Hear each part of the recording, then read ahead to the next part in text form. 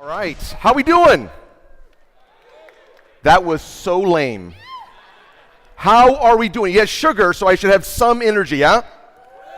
There you go, perfect. So, I was asked to come and talk to you about the top 10 lessons learned in the cyber range. So I'm responsible for the cyber range in Cambridge, Massachusetts. This is the first of its kind mobile delivery for a SOC and Fusion Center training for lots and lots of different customers. I've had about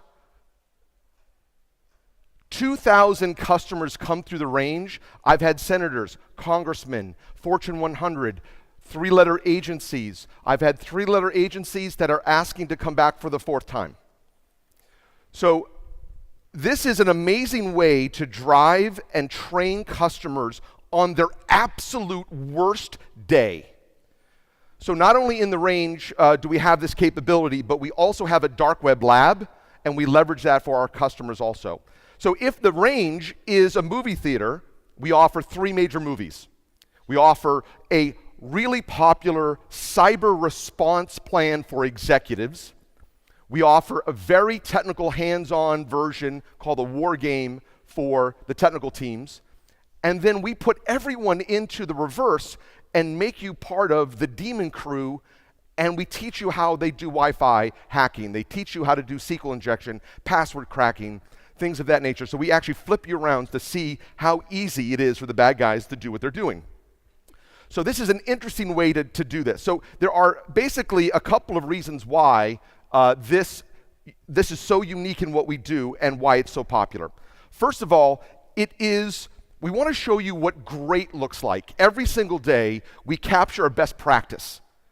And then I think our record is 3 hours from when we learned about it in the morning, and then we put it into the afternoon experience. So we want to show you what the highest mature customers do, what they think, how they respond. The best way to describe this is cyber best practices meets a game of Clue meets a Disney roller coaster ride. I'm going to talk a little bit about that in a minute. So the number one focus is to show you what great looks like in what we do. Next is this idea that we want it to feel 100% real. There's nothing against tabletops, but there's zero emotion, there's zero feeling when you are on a tabletop. So our strategy is to literally, I have people shaking, I have people swearing, I have people sweating, I have people freaking out by design. You want that emotional reaction. You know exactly where your training is when I put that pressure on you. We do that by design. I want to put a flush of cortisol. Phones are ringing, actors are coming in, movies are changing. Something you said by accident is actually out on my fake Twitter site. So we create a fake company called Bain & Ox, and everyone walks in, and you're participating in this Bain & Ox. This is an example of us on the Today Show last year. This is a real FBI agent from the Boston office. So during the scenario, when we want to make sure customers are aware as to when in this process you should engage law enforcement, we have real ones walk in. We've had Secret Service, we've had Homeland Security, we've had the Boston Police Department, we've had lots of different folks come in and experience this in this moment in the real situation. The other reason that I think that makes it very unique is that everything we do in the range is based on a true story. It's still all the Bain & Ox fake company, but we reverse engineer Equifax, we reverse engineer Maersk, we reverse engineer Target, we reverse engineer all of these things that you do. You don't realize that you're going through that until the end. So customers are getting a really strong gap analysis on what's happening. We measure customers on 5 major things: media training, their risk awareness, their comms, their ability to communicate, their leadership, and their ability to handle a cyber crisis. Those are the 5 major key performance indicators, and we will tell you where you stack up in your industry to your peers. Okay? Now, why do we do media and why do we do these other things? Because we're the only ones that focus on both left and right of boom. When you think of a cyber range, a lot of ones just think like, hey, it's hands-on operators, level 1 analyst. No, it is a full business response that we do. You can't do this alone. The single greatest mistake I see in the range is, cyber will handle that. The technical teams will handle that. If you look at the news, most of the issues are not the technical side of the equation. It is how they handled the rest of it. So we call this left and right of boom. And left and right of boom shows the left side being some of the technical stuff, and the right-hand side is how do you handle it? What's your communication method? Do you actually say things in your holding statement? Are you prepared yet? The best ones already have their holding statement approved by legal in draft, ready to go if it hits the fan. Okay? So left and right of boom, we focus on the complete business response. So what are the 5 traits of the most mature customers that walk in the range? One is that they are very, very focused on risk. They look at risk that's coming. The mature customers are already preparing for GDPR Lite that's coming to California in 2020.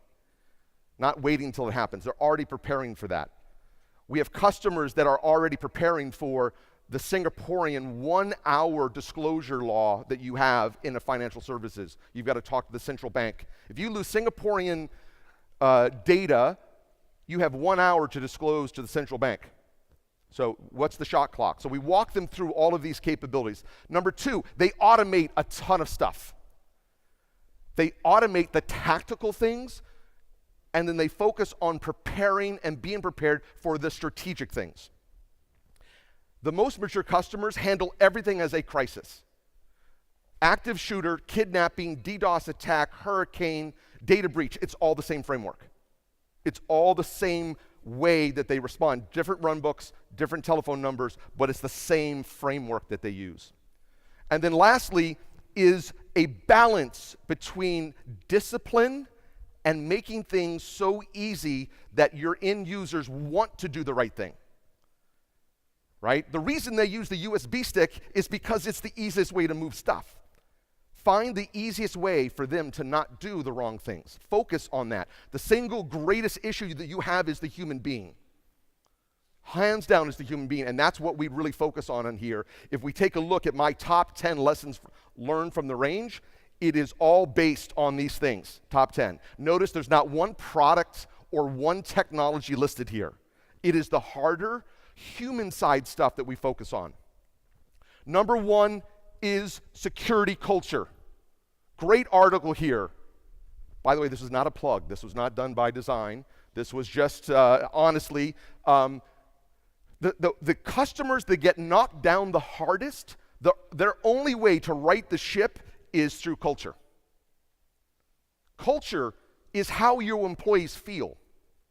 Dr. Maya Angelou says, people don't remember what you say, they don't remember what you do, but they always remember how you made them feel.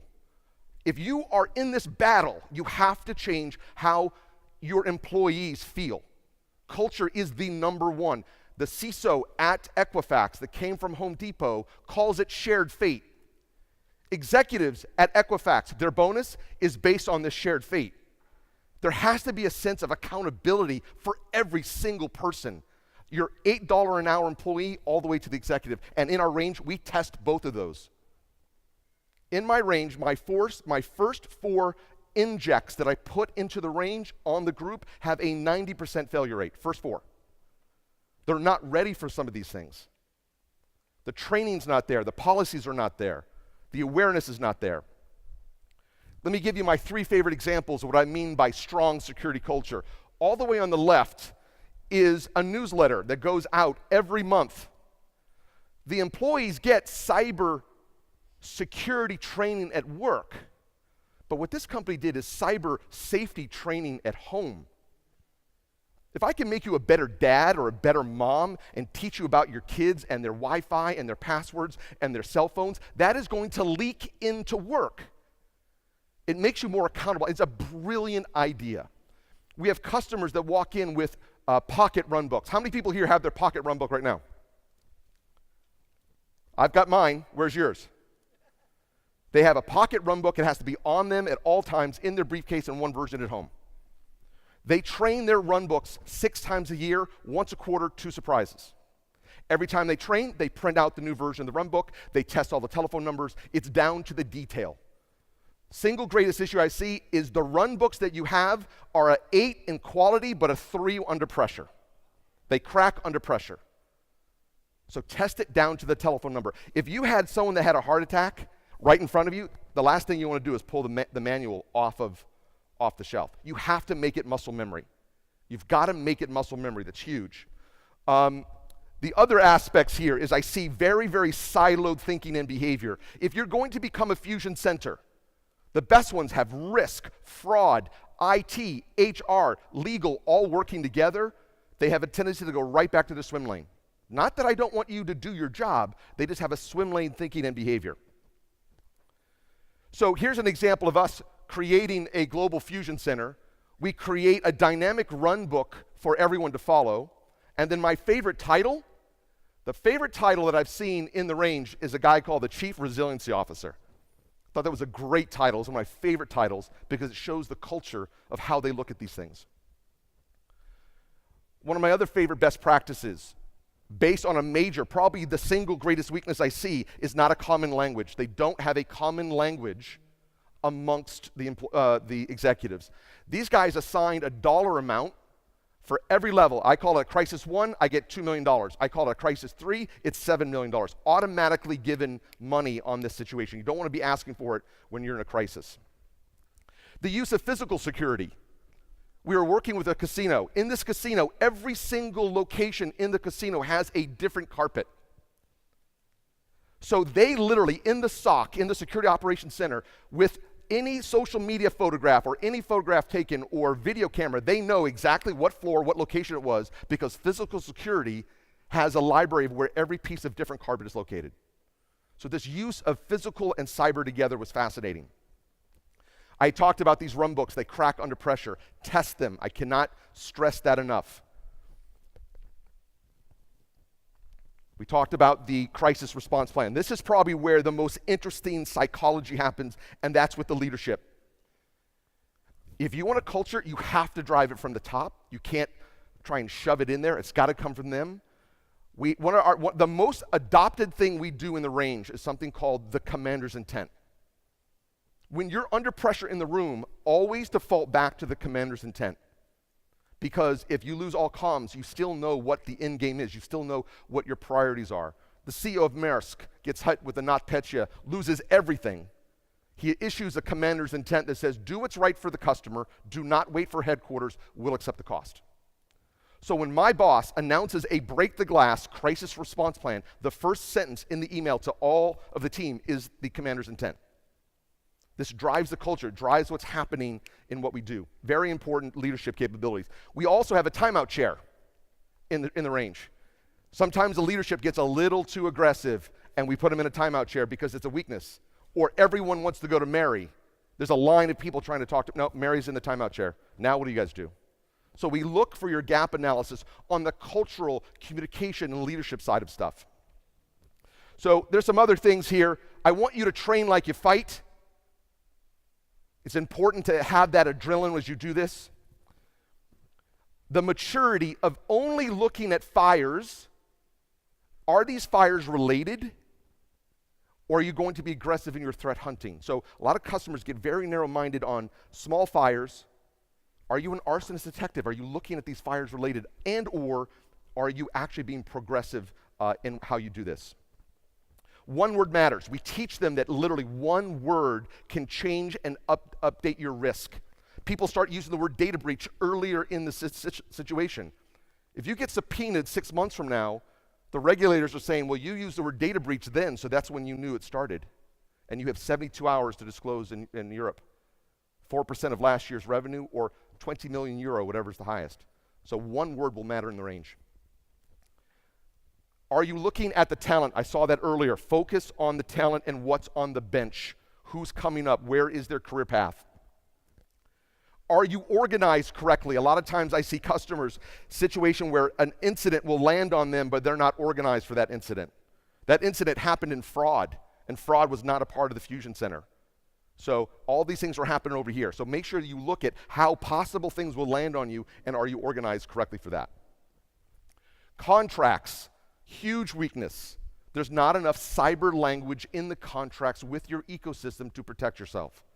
So many times, we didn't have the rights to do a security audit. We didn't have the rights to actually figure out how deep they were on PCI. It is a huge issue for customers. Make sure there's the proper amount of cyber language in your contracts. Blind spots, huge issue for customers. Probably number one is board of directors. These are non-technical people that have access to a lot of different things.